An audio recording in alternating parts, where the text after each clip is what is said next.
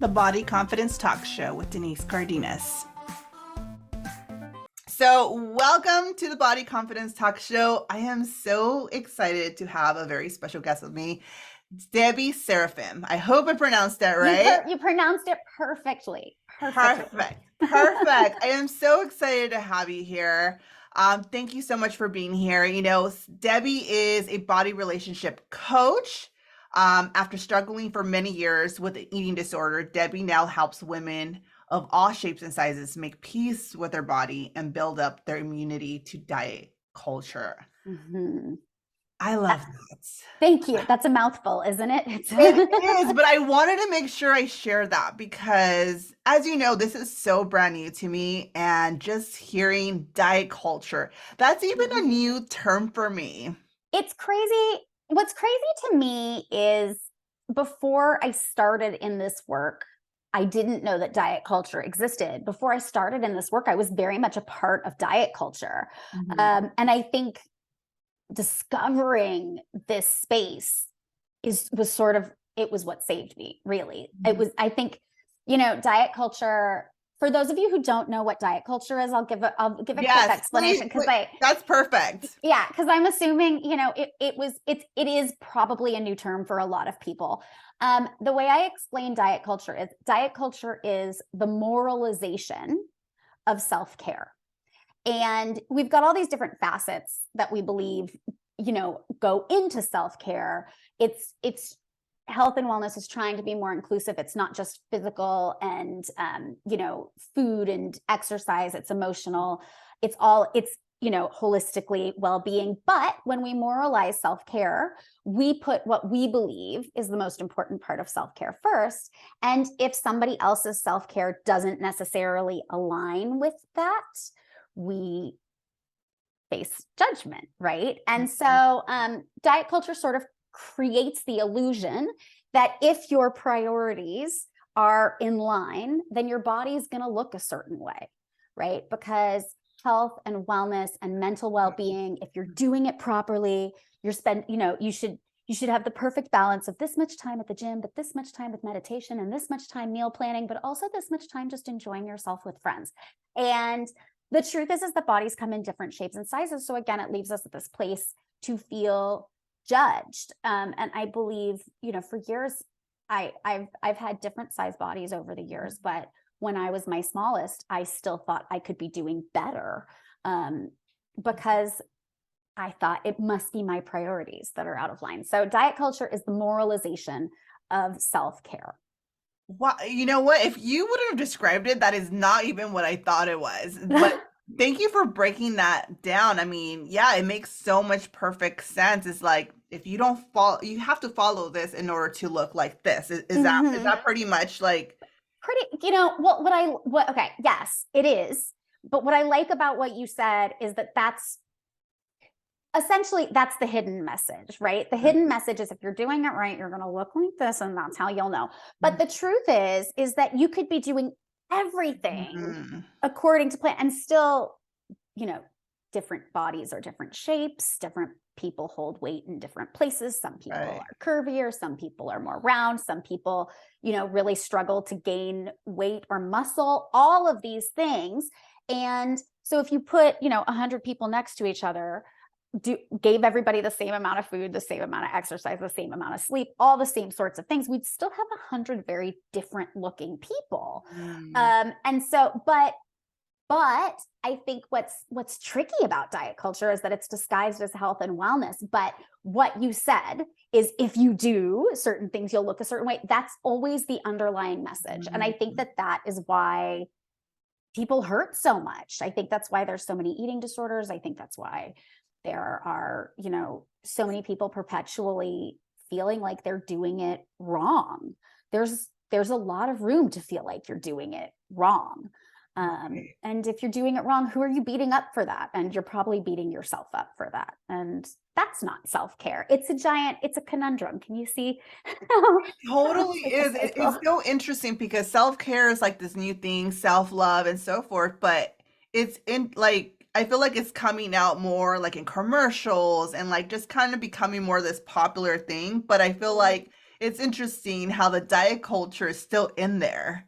Oh, it's still very much in there. Mhm. Even diet culture is in there, excuse me, in that if you're watching um, ads for different food products, regardless of whether you believe this food product is healthy or not, most of the people in commercials are in smaller bodies, right? They want to create the illusion that this food can create this body type, right? This food is inclusive in self-care because this person is eating it. And again, bodies come in different shapes and sizes. Diet culture is woven into the cartoons our kids watch. They've gotten so much more diverse than when I was a child. I remember I was watching Alvin and the Chipmunks, and I remember watching New Kids on the Block, and Beetlejuice. But there was a cartoon Beetlejuice. There was a cartoon Beetlejuice. Yeah, those are the ones that I remember. My kids are watching far more diverse ones. They've got characters from different cultures and backgrounds, and but again, the hero in the story is always in a smaller body, and any character in a bigger body is always like the funny sidekick or the villain, right? So again, it is sort of woven into the culture of good. And I know it's a podcast, so I'm going to say I'm doing air quotes because I think they're really important to know. Right. Air quotes, good people present a certain way. And so again, you have a lot of people feeling like they need to apologize for stuff that they're doing that has nothing to do with the type of person they are, right? It's just they don't present the way diet culture sort of creates that illusion. You're so right on the good, air quotes, right? Yeah, we will be saying good with air quotes. Just assume if you hear a good, it's got air quotes around it. Yeah, exactly. You're so right about that, because I feel like when I was younger, like as a little child and like in my 20s, I was super skinny, and I would say like, oh, like I was praised for being skinny, and it's like, oh, it's the good thing, air quotes, right? It's good. But if you have a different body, you have more weight, it's bad, right? It's bad. So you're so right. That's something we're like brainwashed with. We are brainwashed with it. We culturally, we have equated thinness with health. And I was my least healthy in my entire life at my smallest size. Absolutely. I was starving myself. I stopped getting my period. I had a migraine that lasted like over 6 months. I mean, everything was wrong, but I was in a smaller body. I think that, again, creating this idea, this moralization of self-care, it hurts everyone when they're taking care of themselves. First of all, I remember going to a doctor. I was in the worst of my eating disorder. I had a migraine for months. I'd stopped getting my period. And I went to the doctor, and they did the MRIs and stuff like that. And they were like, well, let's just try some more medications. Nobody ever told me to eat. Like if I had eaten, I can guarantee you, because now if I go maybe an hour too long, I can start to feel a headache coming on. I'm like, I better get some food. Right. But nobody told me to eat. I was considered, another round of air quotes here, healthy because I was in a smaller body. I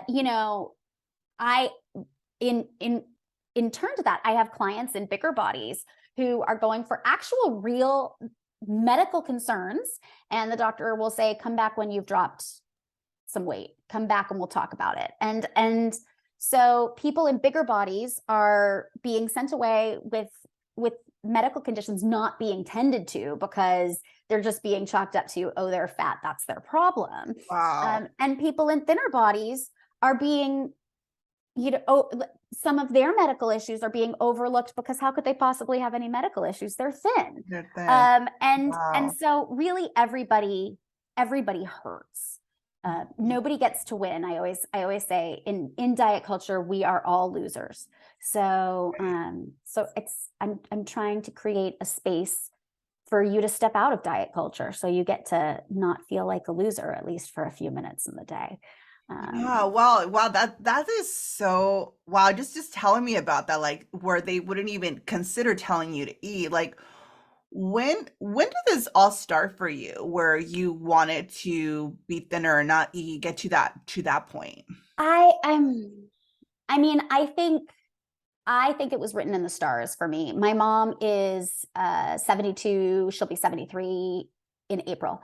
And to this day, she still has an eating disorder. So she raised my sister and I while she had an eating disorder. Both my sister and I just sort of learned it. There was a definite dysfunctional relationship with food, and it was being mirrored to us. I was put on my very first diet at the age of 6, which kind of blows my mind because my daughter is 7 and my son is 5. And I can't imagine putting them on a diet, but I was put on a diet at the age of 6. It was, we're going to air quote it again here. Ready? It was a preventative diet that my mom put me on. She didn't want me to undergo the scrutiny she believed she had been under for her body. So she put me on a diet so that I would never have to do that, which of course started the cycle of, oh, there's good bodies and bad bodies, and oh, I should restrict here and everything. So that by the time I was in high school, I had my very own full-fledged eating disorder. Mom couldn't call it hers anymore. It was definitely mine. But I don't know. I don't know that it had one specific thing. I think it was just taught to me for a very long time. I also think it's really important to note that, oftentimes when I say I was put on my first diet at the age of 6, people go, oh my gosh, at the age of 6. But statistically speaking, age 6 is when girls start body shaming themselves. Age 6 is when girls start saying, oh, what's wrong with this? And start doing the body checking in the mirror and all of that stuff. Again, it's really woven into the culture. So, I think that to me at this point, with the way diet culture is so woven into everything we do, I'm more of a believer in most people probably have a dysfunctional relationship with food in their body. Again, it's not a mark on them. It's not a moralization or anything like that. They're good people, but there's not a lot of room to trust yourself and know that your body is okay. Again, because the world is judging you based on how you look. Even if you look the way the world wants you to, there's an expectation of upkeep and all of that. So I think it's so woven in that my assumption, whatever I'm talking to someone, is there's got to be some feelings hidden in there, whether they know it or not. There's some feelings hidden in there. They might not be nearly as strong or nearly as dangerous as the feelings that I was experiencing as a child. So I'm not saying everybody out there has an eating disorder, but right. But some of these thoughts, the difference between an eating disorder and just disordered eating is really, in my opinion, the extreme to which you will go to quiet the voice that tells you you're not good enough. And so I would go far enough as to not eat, but I know lots of women who won't go that far. That's too far. They'll just eat and then hate themselves. And one's really not that different, right? One's more self-harm and mutilation, but they're not that different as far as the thought process. And so I think most people have some feelings in their set. Like if you're listening and you're like, oh, do I engage in diet culture? I would say if you've ever felt guilty for eating something, that's a great indicator that diet culture was involved. If you've ever felt like you needed to earn your vacation or save up or be, again, air quotes here, good on like leading up to a trip or a special event, that's diet culture. I would say, the guilt and shame that you feel around eat. Now diet culture is so complicated. If you look at the holidays, there's this, again, there's this moralization of, if you enjoy the holidays with your family, it looks like this and it looks like eating certain foods, but come January 1st, you should definitely atone for that, because again, there's nobody gets to win, right? If you're being, air quote here, good through the holidays, then you're withholding and not prioritizing love and family and celebration. But you also should atone for it. If you are engaging in all of those things, you should atone for it and make up for it and apologize and all of those things starting January 1st. So it's so complicated. So if any of the stuff that I'm saying sounds remotely like, I thought that. Or if you have ever heard yourself say, I should work out more, I should work out harder. Oh, I went for a walk, but I really should fill in the blank. Walking isn't enough because fill in the blank. Or I had one woman try to convince me she never exercised. And then I found out she was going to yoga 3 times a week. And I was like, yoga is exercise. And she's like, well, it's just stretching. All of these things. This is diet culture, right? So if any of the stuff that I'm saying sounds familiar, then you have been impacted by diet culture. That's okay. It doesn't make, can I swear here? It doesn't make you an asshole. It doesn't make you an asshole. Oh my gosh. We're all impacted by diet culture. Yes. Oh my gosh. It's so interesting you mentioned that, because the more research I've been doing since starting this podcast, I've been realizing, I was like, oh my God, that is so me, like my relationship with food and any little thing. Yeah, you're right. And I'm glad you mentioned this, because I've always felt, well, I haven't gone to the extreme of saying, harming myself, but I can remember throughout my whole life getting to the point, I'm not going to eat that. And I was at my skinniest ever. Like, I even remember grabbing my stomach and I felt I was fat because I was able to grab my stomach. And if you see my pictures, I'm like skin and bone. Like, it's so crazy. And I just thought, like, oh yeah, but of course I love food, so I couldn't get to that extreme. But I know I do have not a good relationship with food. Well, let's just say, again, I think everybody culturally is taught to have, I think that as babies, we are born knowing our hunger cues. A baby cries. By the way, babies eat for comfort. Sometimes I would stick my boob in my kid's mouth just because they were upset and it would quiet them down. That's a perfectly normal reason to eat food, is for comfort. Again, we start to get into this moralization of it. And then it's like, well, that's not a good enough reason, but this one's okay, but that one's not, and stuff. So as adults, we really, really lose that. In fact, so many people are sort of trying to, police what their kids are eating, or don't eat that, that's too much. I think kids really have the instinct. It's in there. We were born knowing how to eat. We're very quickly taught to forget everything. And so of course you had that, because we all have a pretty messed up relationship with food at this point. And then trying to have a healthy relationship, not healthy food, right? Healthy relationship with food, then it takes a lot of work. It takes a lot of unprogramming. It takes a lot of undoing. And there's still a lot, as a body relationship coach, I say there's always still a lot of yuck still to feel, because what I really teach as a body relationship coach is body neutrality. You're allowed to not like something about your body without it meaning that your body is bad. I think that the body positive movement came out of the fact, it sort of was birthed out of the fact that diet culture wasn't working for everyone, clearly, right? It can't work for everyone. And so they're sort of, this movement of, I am big and I love it.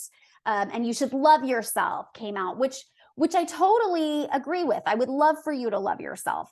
But again, I don't know that you're always going to feel that way. I think that there are days that feel easier than others. I always compare a relationship with your body to a relationship with a partner. And my husband hates this example because I use him, but I'm going to do it anyway. He's fantastic. We have a great relationship. I find him sexy. He helps with the kids. He does drop off in the morning. He cooks sometimes. My husband is horrible at waking up in the morning. It's horrible. It's like I have a third child and I hate it.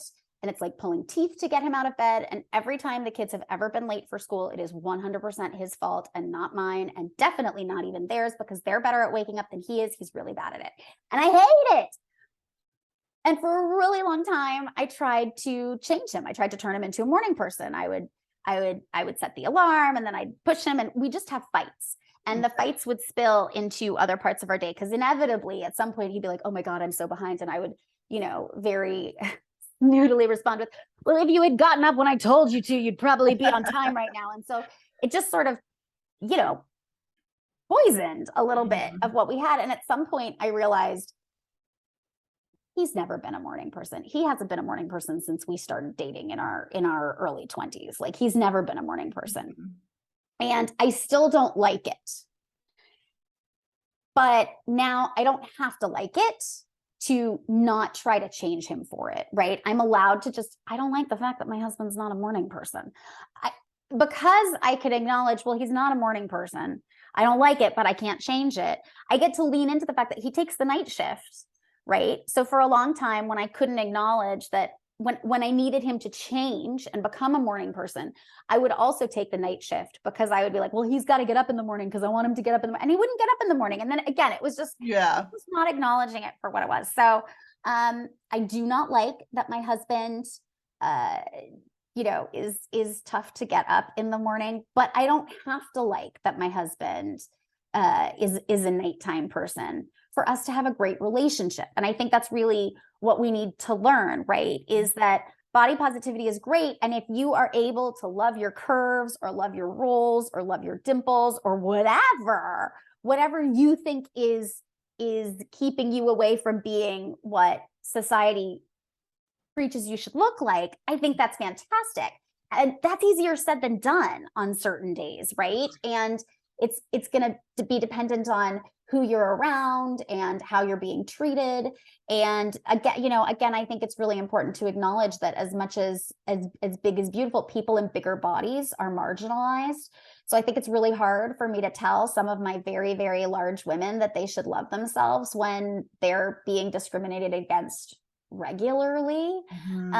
So again, this idea of you don't have to love your body. You can. And if you find those moments, lean into them and revel, because they don't last forever. But your job is not to love your body. That's moralization of what self-care looks like, right? Your job is just to know that not loving your body doesn't mean your body isn't lovable, right? Not loving your body is just a feeling. You don't have to like everything to love it, right? I don't like my husband at 6 o'clock in the morning, but I love him, right? I also don't like him when he has a man cold. I really don't. I like how you called it a man cold. But I love him. I love my husband. I'm not going to kick him to the curb or do anything to destroy what we've created, because I think he's great, even though if he's got a cold or if it's first thing in the morning, like, I'm just better off being in a different part of the house, doing my own thing and tending to myself. And that's okay. Right. That's sort of what I believe having a healthy relationship with your body looks like. Is it's the full gamut of feelings. You're allowed to hate things. You're allowed to be disgusted by things. You're allowed to be excited or inspired or bored. All of those things go into having a healthy relationship with your body. And none of that has to do, it can be feelings around how you look, but that's not the way you relate to your body. Isn't about how you look, right? Which is the big secret. Like, body image is not, it's body image, and people who struggle with body image has nothing to do with the way you look whatsoever. So, okay, that kind of caught my attention. Hold on. I was like getting into it. I was like, wait, okay. So I love the analogy because it totally paints a picture, which I'm sorry for your husband, but it totally, and I'm sure everybody listening is like, oh, okay, I can relate to that, especially anyone who's married, right? Okay, let's go back to the body image. That's not connected. Is that what did you mean by that? No. Well, I would say you've already sort of said it. You said when you were your thinnest, you would grab your stomach and think, oh, this shouldn't be here because I can hold on to it. The way we feel about our body has nothing to do with the way our body looks. We've all had that friend, or there's been that kid at school that you're like, oh my God, she must be so happy she's perfect, right? But when you start talking to her, she's worried about like this, that, or the other. We are taught, again, diet culture is the moralization of self-care. So we are taught that if we're doing it properly, we'll look a certain way. Well, then we're also then taught to figure out how to judge how we're doing based on how we look, which means that regardless of your shape, size, color, any of it, you're being taught to find what's wrong with you so that you can make it better, because then again, you get to be, here come the air quotes again, a good person. So when you were your thinnest, you didn't appreciate it. I remember thinking, growing up, I remember thinking my mom was heavy because she always said she was heavy. I look back at pictures, she was not heavy. Makes a lot of sense why I thought I was heavy, because I also was not heavy. But it has nothing to do with what you look like. It's how you're taught to relate to your body, and it's believing that the way you look really represents who you are as a person, which it just doesn't. So body image has nothing to do with this is like mind blowing. And like, honestly, I'm just like in awe. It's like, oh my God, all these like aha moments. So I love that you're just sharing all of this. So now that we're coming to this realization, right? Like, what do you recommend someone like myself, this brand new to this? I'm like in this awareness, aha moments right now. What do you think is like the next step? In making peace with their body? Making peace with your body, and just kind of like, is there any tools? Because like you mentioned, like it's like you're always gonna not love the way you look, right? It's just about neutrality and accepting it. So how do you get to those points of having that? So it's a skill set, honestly. It's a skill set. Just like, I always say that professional athletes, like a professional basketball player, they're great and they still have to go to practice in the off season or even between games just to keep their skills up.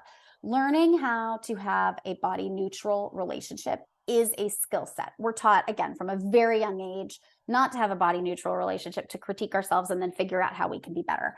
So it's a skill set. There's different places you can start to learn it. I am one of them. So I have a group coaching community where we do this work together. And there's women of all different sizes, backgrounds, ethnicities, all of it, again, coming together. I've got women from all different countries in this space, which is so mind-blowing to me, but also like, duh, of course I have from all different countries in this space. But, bigger women, smaller women, older women. I've got some teenagers. I've got some women pushing 70. All of it, reminds us that we all feel the same way. Again, the way we feel about our body isn't a symptom of what our body looks like. The way we feel about our body is a symptom of this culture that we all live in and engage in. And so you can learn how to have a conversation with the critic that starts to pull you apart and tell you what's wrong with yourself. First, you have to identify what's the critic versus what's your own personal thoughts or what's potentially in your best interest. Again, diet culture is disguised in as health and wellness. So it's a really fine line between get up off your ass and move today, you'll feel better, and you're so lazy, this is all your fault, so disgusting. It's such a fine line from one being supportive and like a gentle nudge to the other, which is a bully. And the voice lives inside your head. So how do you learn to differentiate or talk back, or know when to talk back, or know when to take a break and not talk back? And so that's what I do in my group coaching spaces, is I teach you to identify where the guilt and the shame is stemming from so that you can learn when to respond to it and when not to, and how to best take care of yourself. Because I think being healthy, again, diet culture tells us that being healthy looks a certain way, but if we acknowledge, we can't tell how healthy a person is by the way they look. Again, I was my least healthy when I was my thinnest, right?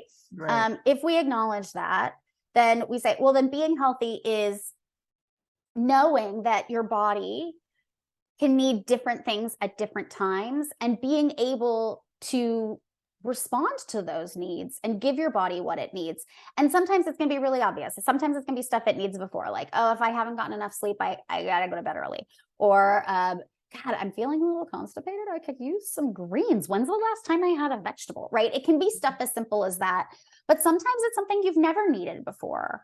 or you haven't needed in a really long time, or something that you need, but you kind of judge yourself for needing it.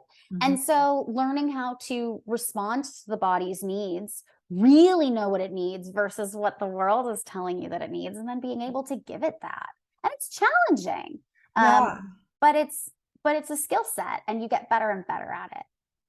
I love that you do that because, yeah, we all might have the same feelings, but we all have different, I guess, connections to why we feel this way, right? Absolutely. So I love that you help them distinct that, because I think that's so powerful, because once you know it, it's like I feel like you get your power back. It's like you take control. You do. Yeah, I always, and I love that you said that, because one of the things I always say in my community is that there is a difference between being unsafe and uncomfortable. Now, sometimes being uncomfortable can mean you're not safe, right? Sometimes being uncomfortable is your body's internal way of saying, get out, this is a dangerous situation.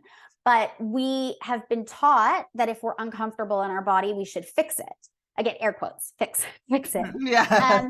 And we're allowed to be uncomfortable without it meaning that our body is wrong. And so when we learn to sit in that discomfort, because for everything that I teach, for how much I can acknowledge how deep diet culture goes, for the fact that I think there are no good foods and no bad foods, there are only good and bad relationships with foods, and I believe it's the moralization of self-care and all the things, I still look at my body and sometimes I wish it was smaller. Again, that's the body neutral. I'm allowed to, I don't like that as I'm aging, there's weight distribution in slightly different ways. Or I also just have been trained to like thin. And as much as I don't need that on other people, we all have this bias where I'm like, but I think I'd like myself more if I were thin. Here's the thing is, and then I also think it's important to acknowledge that I am in a thin body, right? Like I have thin privilege. The world sees me as a thin person. Right. So all of this critical judgment is my own, but you're allowed to be sad. Like I said, you're allowed to be sad about your body. I'm allowed to go, I never appreciated my body when I was 20. God, if I could go back, I would, but you know what? I want to make sure, I'm 43 now, and I want to make sure that when I'm 70, I don't look back. I'm like, I never appreciated my body in my 40s. I'm allowed to be sad that my body isn't still a 20-year-old body. And also, it's pretty cool. I have a pretty cool body, right? Both of those things. We have these sort of like conflicting truths that live right side by each other. So, so I think you're allowed to, the way I see it, if with everything I teach, I still kind of wish that I could magically snap my fingers and look a little different, then I get to know, wow, that's really not about me, right? That's not about how I look. If I'm feeling this way, again, in a socially acceptable body, with access to all of the foods that we moralize people for. I live close to several, organic grocery stores and all this sort of stuff. I have easy access and I have the ability to pay for the food. I know so many people can't get close to food or can't feed family, all of that stuff. If this is how I feel like this, then I'm allowed to be uncomfortable. It doesn't have to mean that something's wrong with my body. I'm allowed to be uncomfortable, and being uncomfortable is uncomfortable. So, it doesn't always feel good, but it's work. It's perpetual work. Yeah, you're so right. Like, I mean, yeah, in my skinniest years, I still was, not confident. I still wasn't, loving how I looked.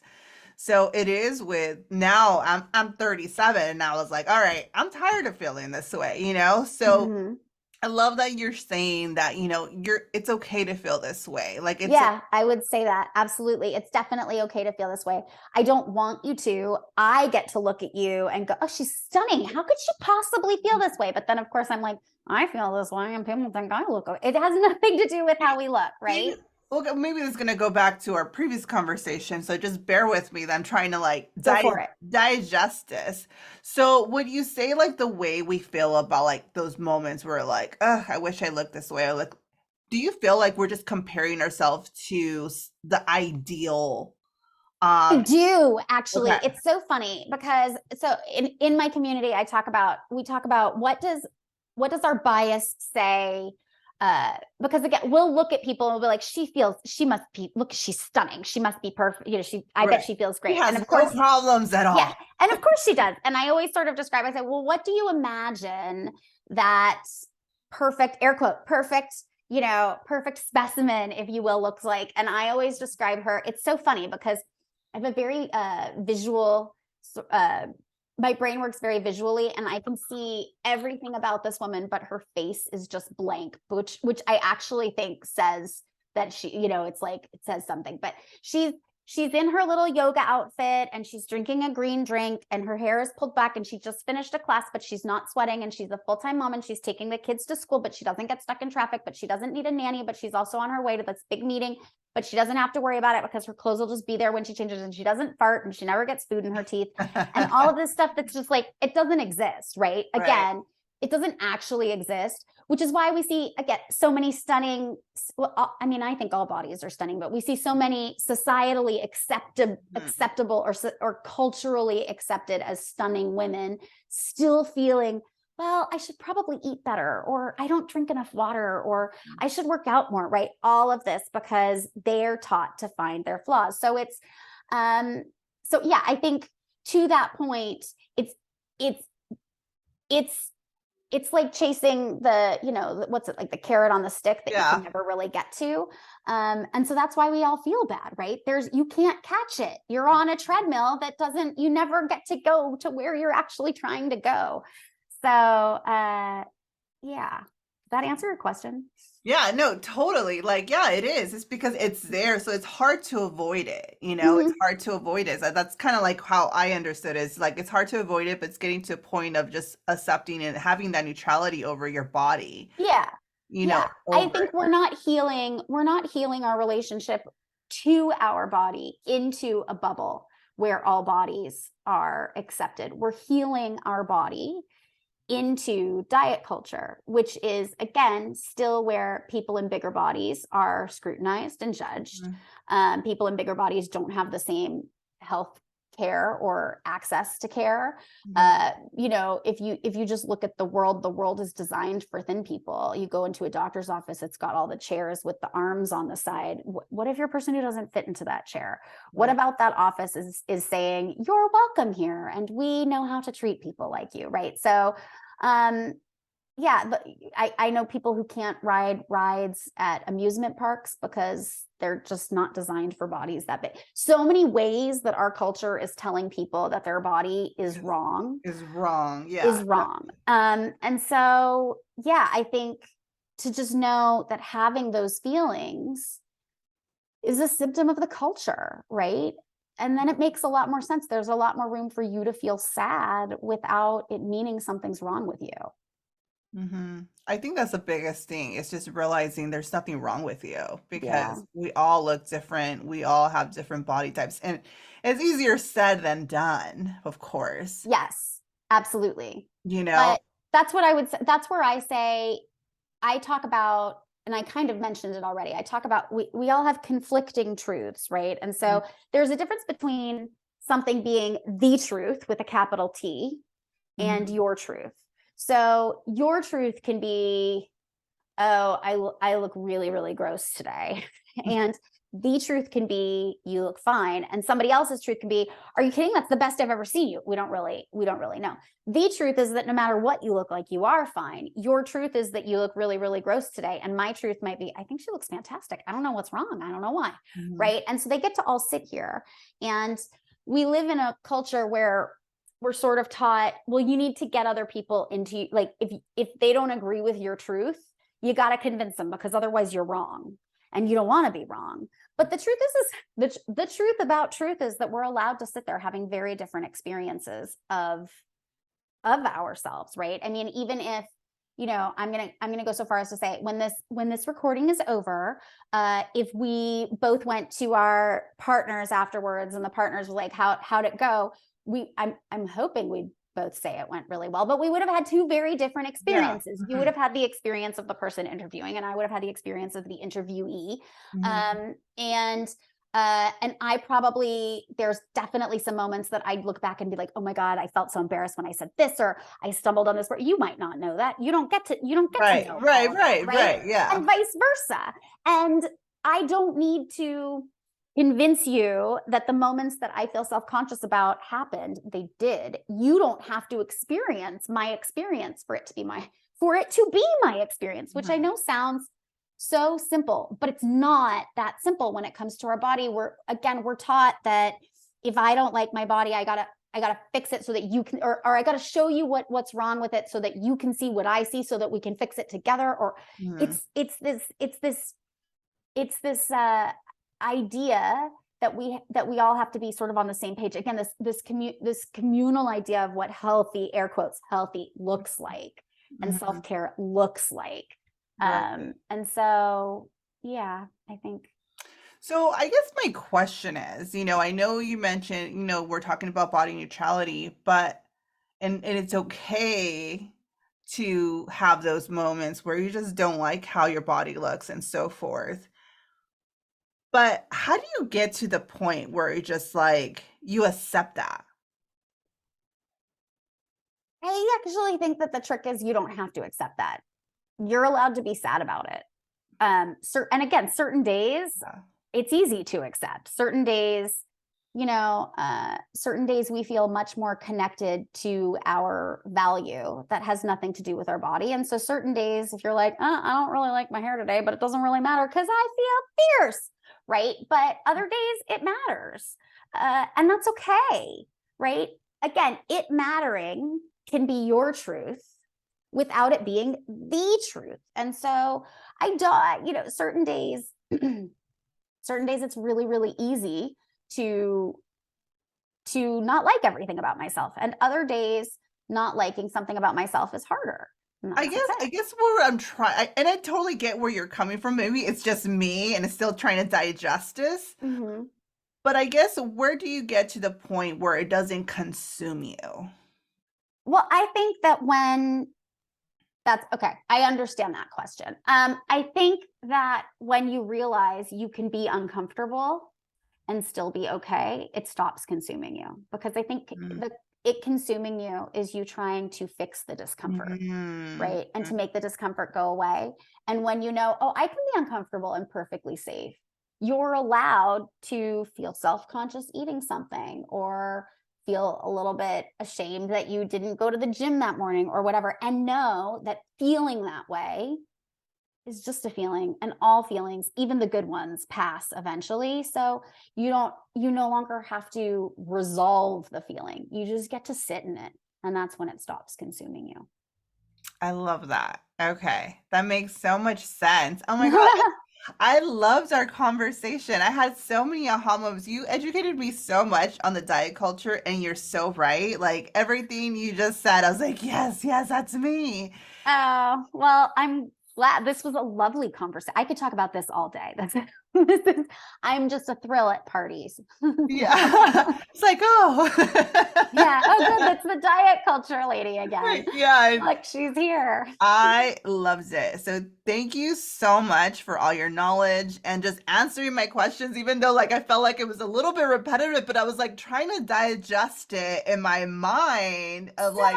Let's just take a moment. First of all, thank you. Thank you for having me in this space. And then let's just take a moment to say, what I'm saying is very different than what most people are saying, right? So I will say this, the potential, I'm hearing potentially a little bit of shame around the questions you asked.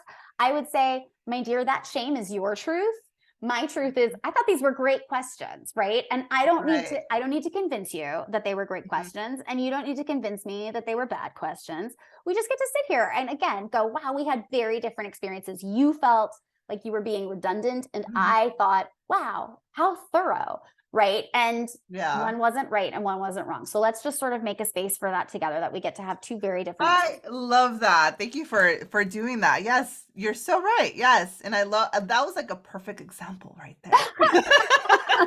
It's like I'm professional or something. Right?